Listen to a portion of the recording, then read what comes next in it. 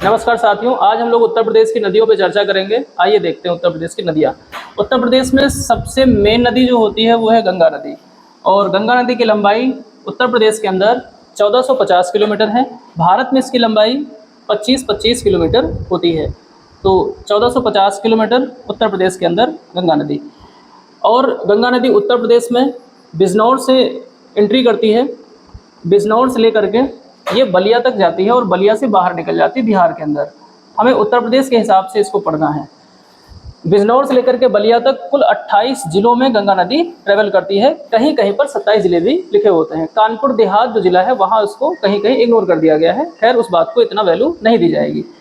उत्तर प्रदेश में गंगा नदी में मिलने वाली बाईं ओर से जो नदी है वो सबसे पहली होगी रामगंगा। रामगंगा नदी ये उत्तर प्रदेश में कन्नौज में आकर के गंगा नदी में मिलेगी। लेकिन अगर बात की जाए कि ये आ कहाँ से रही है, तो ये उत्तराखंड से आ रही है और ये कन्नौज और हरदोई जिले की सीमा पर यहाँ पर आकर के इसमें मिल जाएगी। इसके बाद रामगंगा की बात करें तो इसकी एक सहायक नदी होती है। रामगंगा की सहायक होगी उत्तराखंड में, इसकी एक सहायक होती है कोसी। इसको कौशिकी भी कहा गया है। रामगंगा की सहायक होगी कोसी। और अगर बात करें गंगा की दूसरी सहायक नदी, तो इसमें मिलने वाली नदी होगी एक गोमती, जो कि गाजीपुर के पास, ये उत्तर प्रदेश का कौन सा जिला होगा? गाजीपुर। गाजीपुर के पास गोमती नदी इसमें आकर के मिल जाएगी। और गोमती नदी आ कहाँ से रही है, तो ये पीलीभीत जिले से आ रही है। उत्तर प्रदेश के पीलीभीत जिले में ये फुलहर झील से निकलती है। उत्तर प्रदेश के पीलीभीत जिले में फुलहर झील से निकलेगी और कई जिलों का रास्ता तय करते हुए गाजीपुर तक पहुंचती है। गोमती की एक सहायक नदी होती है, इसका नाम है सई नदी। और ये हरदोई में एक झील है, भिजवान झील।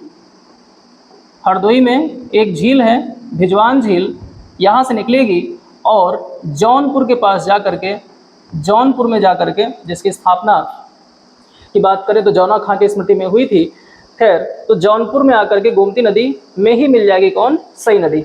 तो सई किसकी सहायक हो गई? सई हो गई गोमती की सहायक। इसके बाद एक नदी होगी घाघरा नदी, जो कि उत्तर प्रदेश में अपना रास्ता तय करती है, लेकिन बिहार में जाकर के, अगर हम इस मैप को थोड़ा सा ये कहते हैं कि बलिया लगभग यहाँ पे होगा, मान लेते हैं बलिया यहाँ पे है और ये आगे निकल जाएगी बिहार के अंदर। तो बिहार के अंदर एक स्थान पड़ता है छपरा। बिहार के अंदर एक स्थान पड़ता है छपरा। सारण डिस्ट्रिक्ट में छपरा नामक स्थान होगा और वहाँ जाकर के घाघरा नदी इसी गंगा की एक सहायक बन जाती है। लेकिन ये घाघरा नदी आ कहाँ से रही है, तो ये नेपाल और तिब्बत के पास से निकलती है। नेपाल और तिब्बत की सीमा से निकलती है। मापुचा चुंगू ग्लेशियर पड़ता है लगभग वहाँ से, और नेपाल में इसको हम लोग कर्णाली के नाम से जानते हैं, जो कि नेपाल की सबसे लंबी नदी के रूप में मानी जाती है और उत्तर प्रदेश में बहती है। फिर इसका ज़्यादातर रास्ता उत्तर प्रदेश में होता है। उत्तर प्रदेश में जब ये अयोध्या के पास से गुजरती है तब इसको सरयू के नाम से जाना जाता है।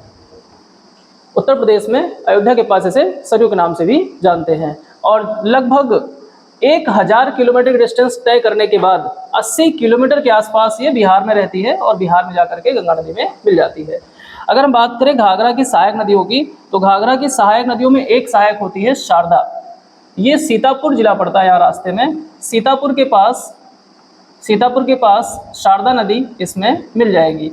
तो शारदा किसकी सहायक हो गई? घाघरा नदी की सहायक हो गई। इसी घाघरा नदी की सहायक एक नदी होगी राप्ती। राप्ती किसकी सहायक है? घाघरा की सहायक है।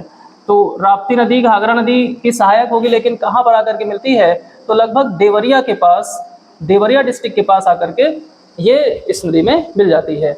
अच्छा, एक क्वेश्चन और बनता है कि राप्ती नदी के किनारे जो शहर बसे हुए हैं उसमें से एक शहर पड़ता है गोरखपुर। गोरखपुर किस नदी के किनारे बसा हुआ है? गोरखपुर किस नदी के किनारे बसा हुआ है, ये आपको पता होना चाहिए। तो सही जवाब होगा राप्ती। राप्ती नदी नेपाल से आ रही है और नेपाल से होते हुए ये प्रवेश करती है उत्तर प्रदेश के अंदर, और उत्तर प्रदेश के अंदर 7 से 8 जिलों में ट्रेवल करते हुए पहुंचती है कहाँ? देवरिया के पास। ओके, इसके बाद अगर हम बात करें गंगा नदी की दाहिनी सहायक नदियों की उत्तर प्रदेश के अंदर, तो उत्तर प्रदेश में जो गंगा नदी की सबसे लंबी सहायक होगी वो होगी यमुना नदी। और यमुना नदी इधर प्रयागराज के पास आकर के इसमें मिल जाती है। तो ये हो गया प्रयागराज। आप ध्यान दीजिए कि गाजीपुर आगे होगा, प्रयागराज पहले पड़ जाएगा। अब ये हो गई यमुना नदी, जो कि गंगा की सबसे लंबी सहायक नदी होती है। इस यमुना की भी कुछ सहायक नदियां हैं, जैसे चंबल, बेतवा, केन, और दाहिनी तरफ से मिलने वाली गंगा की जो नदियां होंगी उसमें से एक नदी होगी टोंस नदी। ये टोंस नदी है। लगभग सभी नदियां मध्य प्रदेश से आ रही हैं। टोंस नदी के बाद एक नदी जो उत्तर प्रदेश और बिहार के मध्य सीमा बनाती है वो है कर्मनाशा, और वो नदी लगभग बिहार और उत्तर प्रदेश की सीमा बना करके आगे बढ़ती है और गंगा नदी में जा करके मिल जाती है। उसका नाम है कर्मनाशा। तो कर्मनाशा भी दाहिनी ओर से गंगा नदी में मिलती है, और ये यूपी और इधर बिहार दोनों की सीमा रेखा बनाती है। ये बलिया यहाँ पे लिखा हुआ है, लेकिन मैंने मान लिया था कि बलिया जो है यहाँ पे है। चलिए, तो आज की क्लास में हम लोगों ने समझा उत्तर प्रदेश नदियाँ। ऐसे वीडियोस को देखने के लिए बने रहिए इस यूट्यूब चैनल के साथ में। Thank you.